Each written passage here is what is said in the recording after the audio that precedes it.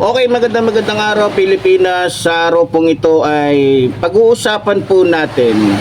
Ito na naman pong kahambugan po ni Robin Padilla. Alam nyo, sa totoo lang, wala pong sinabing tama o wala pong sinabing normal ito pong si Robin Padilla. Lahat po ng sinasabi nitong taong ito, sa totoo lang, puro kahambugan, puro katarantaduhan, puro katraidoran. Wala na akong narinig dito kay Robin Padilla na yung matinong salita. Pero kung sa bagay, hindi na natin naasahan yan dahil nga naman pala merong utak tong taong to, utak galunggong nga pala to, no? At sa pagkatao nga naman nito, wala tayong aasahan dahil unang-una, maliban na MPA tong taong ito, siya na rin, sa kanya na din ang galing, ha? Wala tayong dapat asahan sa ugaling NPA, no? So, para maintindihan po ninyo mga kababayan, eto't panoorin po natin, ito pong nakakasuka, nakakatawa at talagang nakakainis na video po nito ni Robin Padilla. Isang interview sa kanya, kung di ko alam kung baka taga SMN na itong nag-interview sa kanya, reliyon, membro ng isang reliyong kulto din. Eto't panoorin po natin. Diyan ako nag-Islam, diyan ako nag-Muslim, diyan ako bumait. Hindi ako matatakot dyan. Ang nakakatakot dyan, yung gagawang ka ng kaso. Yun ang kasi kung ako, nung nakulong ako, inamin ko, talagang siraulo ko ng panahon na yun, dapat ako makulong. Pero pag ikukulong ako ng gawa-gawang kaso, medyo mahirap tanggapin yun. Yung pangungulungan, madali yan Pero yung kinulong ka, nang alam mong hindi mo namang ginawa, ay pambihira yun. Ayun, napakinggan nyo naman po mga minamahal ko mga kababayan, narinig nyo naman po siguro, no? Alam nyo, sa totoo lang unahin natin yung sinabi niyang madali lang daw mangulungan. Sa totoo lang, Robin Padilla, baka nakalimutan mo na nung hinuli ka, naalala mo, nagtatapang-tapangan ka, nagsisiga-sigaan ka, akala mo pati sundalo kaya mo. Ngayon, pinatulan ka ngayon, kinulong ka, sa kaso mong walang kwenta, nagkukumahul ka, tumutulo yung uhag-uhog mo, sa pakiusap, lumuluhod ka sa ninong mong dating presidente na si Ramos, na huwag kang isama sa mga tunay na siga, mga tunay na talagang halangang bituka, mga tunay na talagang palaban. Anong ginawa mo? Nagmakaawa kayo ng nanay mo sa ninong mong presidente na si Ramos noon. Tapos sasabihin mo madali lang mangulungan. Pero kung sa bagay, pinagmalaki pa nga niya na inaamin daw niya na talagang siraulo daw siya ngayon. Ngayon daw hindi na siya siraulo. Totoo naman yun, hindi na siya siraulo. Kasi naging times 10 yung pagiging siraulo niya. Hindi na siya siraulo. Dati, ang ginagago niya lang ay mabibilang lang sa daliri. Ngayon, buong Pilipinas na ang niloloko nito. Buong Pilipinas na tinatarantado nito, 'di ba? So, umangat, nag-level up naman talaga si Robin Padilla. Tama naman 'yon. Pero yung sinasabi niya madaling mangulungan, ipatawa ka, chong. Tapos sabi niya, madali, doon ako, ginamit pa niya yung Muslim. Hoy, Robin Padilla, para sabihin ko sa iyo, nagsasalita ka ng ganyan dahil alam mo na pag nakulong ka, hindi ka nahihahalo doon sa mga sa mga PDL talaga na kung saan ordinaryo, dahil may kayo, may para sa akin may special treatment pa din Kasi kung titingnan ninyo, yung kulungan nga ni Robin Padilla ni Bong Revilla at ni Jinggoy ay hindi tulad ng mga natural na nakukulong. Hindi patas. Mayroon pa ding masasabi natin na mayroon pa ding special treatment sa kulungan. Kapag senador, may sariling ganito, may sariling ganyan. 'Di ba? Pero yung mga natural lang, nagsisiksikan, talagang mainit, halos wala nang madaanan. Kumpara nyo, para maniwala kayo sa akin, nakaka-relate dito yung mga nakulong na. Alam nila yung ibig sabihin ko. 'Di ba? Ngayon, Robin Padilla, may sinasabi din po siya.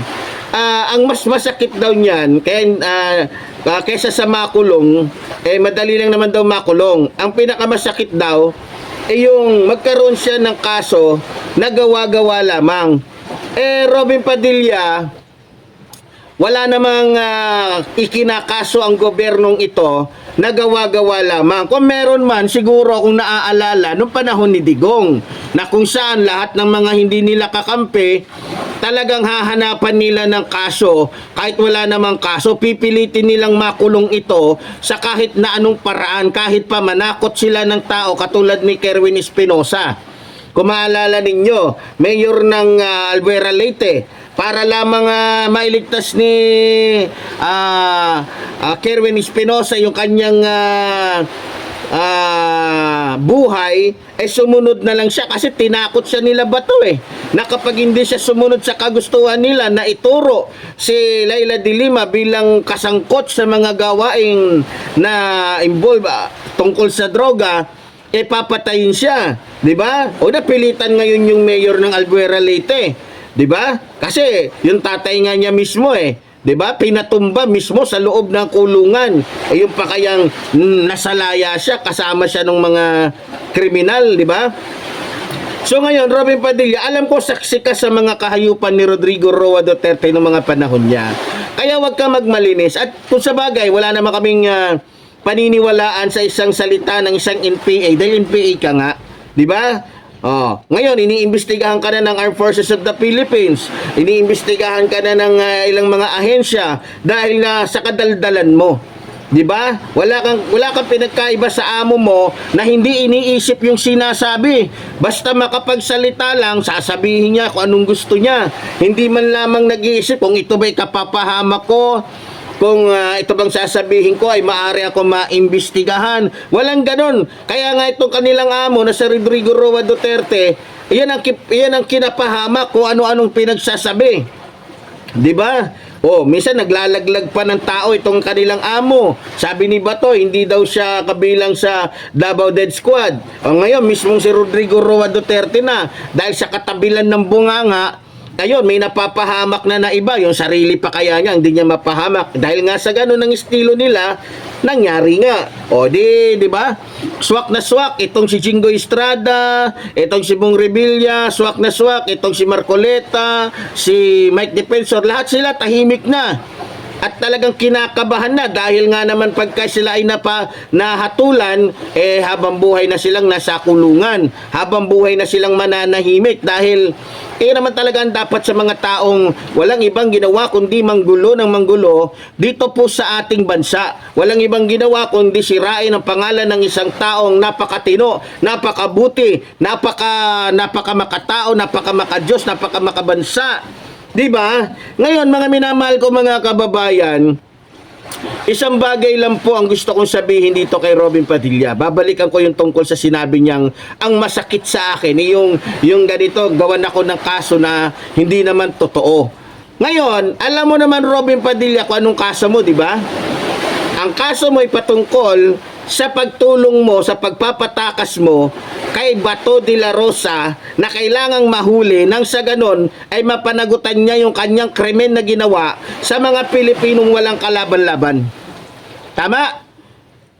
Anong ginawa mo? Kitang-kita naman sa video, Robin Padilla, ginagawa mo namang mongoloid yung mga Pilipino. Ginagawa mo naman tanga yung mga Pilipino katulad mo. Ginagawa mong bobo yung mga Pilipino katulad mo.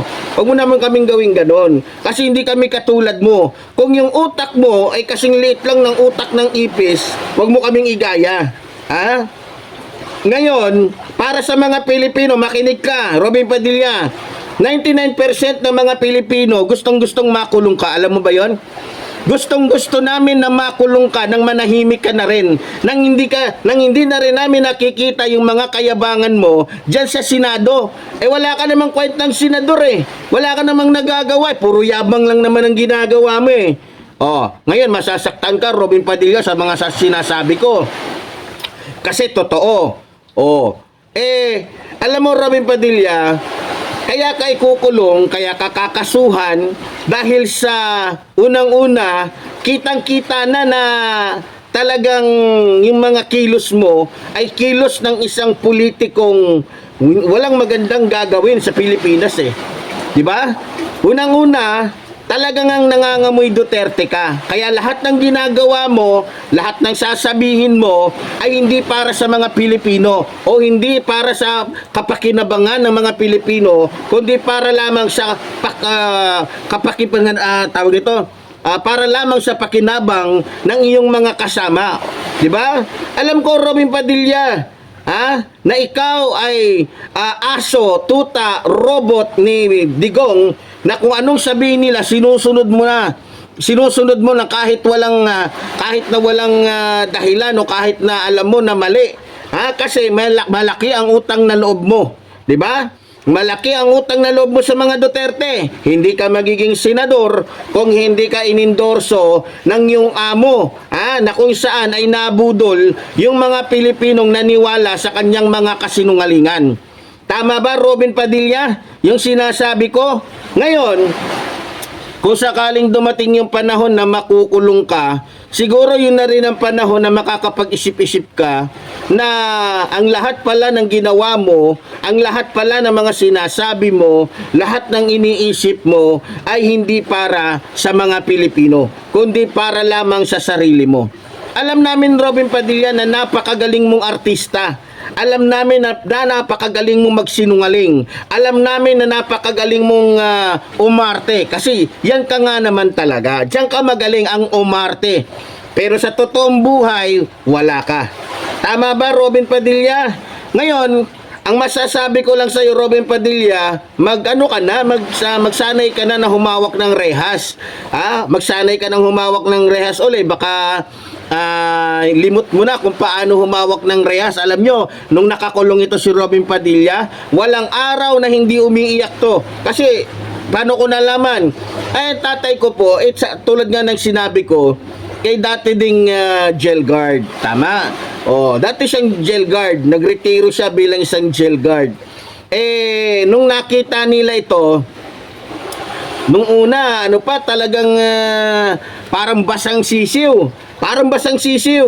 Takot na takot sa mga tunay na siga doon sa kulungan. Meron akong kilalang isang grupo na Happy Go. Muntik na pala tong ihawin to doon. Buti na lang, dahil nga may ninong tong presidente, ginamit din yung impluensya, yung pera, para lamang hindi siya magalaw. Dahil talagang maraming gustong sumubok sa kanya. Nag-iiyak doon sa kanyang kulungan. Nag-iiyak, tumingi ng tulong doon sa mga Muslim. Ngayon, dahil nga sa mababait naman itong ating mga kapatid na Muslim, doon siya nakigrupo. Diligtas na itong si Robin Padilla kasi nakigrupo nga Ngayon, dahil nakigrupo siya, dahil sa takot niya doon sa mga totoong siga doon sa kulungan, nagpa-convert ng Muslim. So, ibig sabihin, ang dahilan kung bakit siya naging Muslim, hindi dahil sa gusto niya talaga ang Muslim. Dahil kung talagang gusto niya ang aral ng Islam, dapat hindi siya kumakain ng baboy. Kumakain ng baboy ito Kaya nga sinusuka to hanggang ngayon. Maraming mga Muslim ang galit dito kay Robin Padilla. Dahil sinungaling to, mapagpanggap to, mas mapagpanggap pa to kay Kibuloy na nagpapakilalang Diyos. Nagpapakilalang Kristo. Mas matindi to si Robin Padilla. 'Di ba? Kaya nga sinusuka to, hindi to matanggap-tanggap ng mas nakararaming Muslim Dahil yung pag-uugali nito ay hindi Muslim. Dahil kung Muslim ito, hindi to kakampi sa mali, 'di ba? Maraming mga nagbablog na talagang yung mga Muslim talagang sinusuka nila to. Sinusuka nila, talagang hindi nila kinikilala itong si Robin Padilla bilang isang totoong nagbabalik Islam. Meron pa naman nagbabalik Islam na puro kain ng baboy ang ginagawa. Mahiya ka naman sa sarili mo, Robin Padilla. Ngayon, kung ako sa'yo, Robin Padilla, tulad ng sinabi ko, mabalik tayo dun sa kaso mo. Balita ko, kapag ito ay nakasuhan, matatanggal to bilang senador. Sino yung katapusan nito? At maaaring hindi na ito maging senador pa dahil mukhang marami pa itong kakaharapin na mga kaso kung sakasakali. Pero kung ako tatanungin, mas maganda talaga na bigyan ng kaso, yung totoo, kasi alam nyo, kung ako tatanungin, walang gawagawang kaso na pwedeng ikaso dito sa mga to. Lahat pwede. Kasi bakit kita nyo naman yung mga galawan nila, di ba?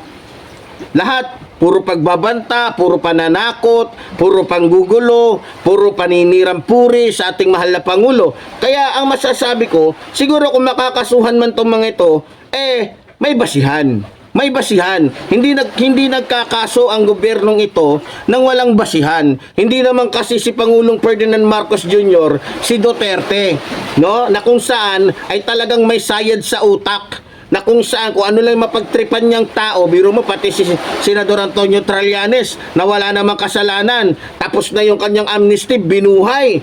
Para ano?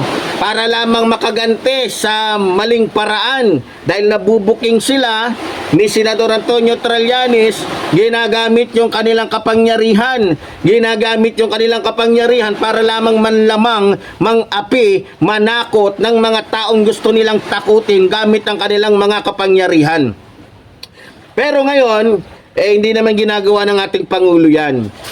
Kung sakaling bumaba na, huhulihin na si Robin Padilla, karapat dapat lang naman yan sa kanya. At yan ang nababagay sa mga taong traidor. Yan ang nababagay sa mga taong walang ya. Yan ang nababagay sa mga taong iniisip ay sarili lamang. Yan ang nababagay sa mga taong na kung saan ay hindi nag-iisip ng mabuti. Yan ang dapat sa mga taong ginagamit yung pagiging artista para lamang makapagnakaw ng pera. Ngayon, Robin Padilla, good luck na lang sa'yo, pare, Good luck na lang sa'yo.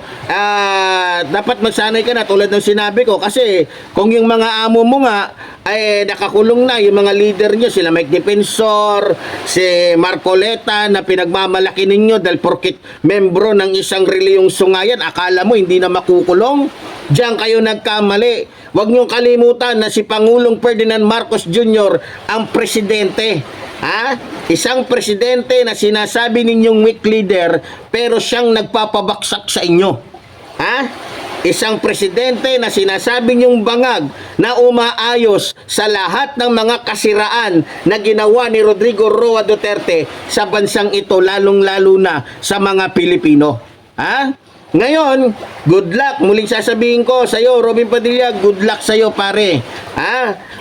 Huwag ka mag-alala, magkikita o magkakasama't magkakasama o makukulong ka rin katulad ng mga kasama mo.